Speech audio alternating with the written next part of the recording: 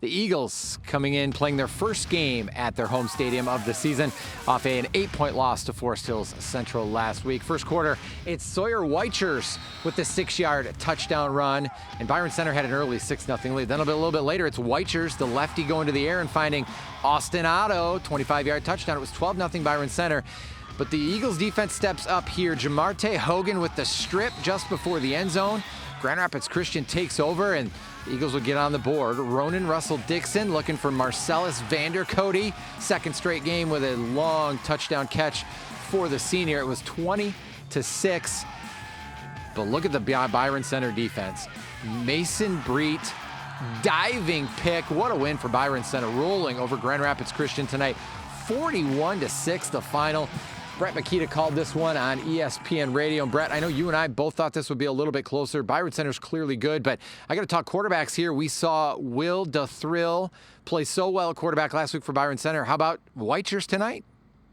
Yeah, I liked Weichers, and he gave him a little bit more of a passing game than I thought he would. I saw him as kind of more of the running quarterback and Baker more of the throwing quarterback. Not that he couldn't run too, but very impressed with Weichers. Did a nice job. And let's face it, these are two great athletes. They're going to get on the field. Baker was outstanding tonight. He had an interception, almost a second one, and a fumble recovery as a starting safety for that Bulldogs defense. That was really the story. You touched on it, Jay. I mean, this was 34-6 at half. And when you look at Grand Rapids Christian, this is what their drive chart looked like. Besides that 65-yard score over the top with, again, Russell Dixon in there because of the injury to Dykema for a concussion protocol, that was it. I mean, they had a turnover on downs, 2 interceptions, 2 fumbles, and a punt all in the first half.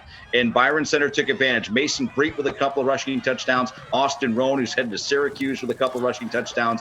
Really impressed with Byron Center and really surprised at this outcome, especially at Eagle Stadium, Jay. Well, let's get some reaction from the victorious Bulldogs. Right from the get-go, we came out and we were physical with them. We did the little things right.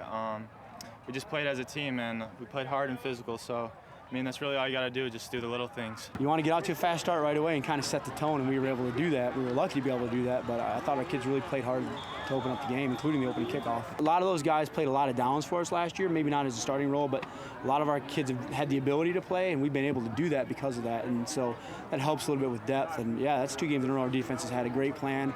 Defensive coaches have really done a fine job. So real quick, Brett, looking ahead, Byron Center, Forest Hills Central next week. Huge game. Well, we talked about it. This was that 3-game gauntlet, right? 2 Grand Rapids Christian. They get Forest Hills Central for their home opener at Waddell Field coming up this Friday now. And then Lowell and then East Grand Rapids, who remember knocked them out in the district final last year, I should say. Now, again, all those seniors have graduated for the Pioneers, but you know there's kind of revenge in the mind in their final week of the regular season. So a lot of work ahead, but very impressed. Very physical, fast football team for Byron Center, and they kind of laid the hammer on Grand Rapids Christian tonight.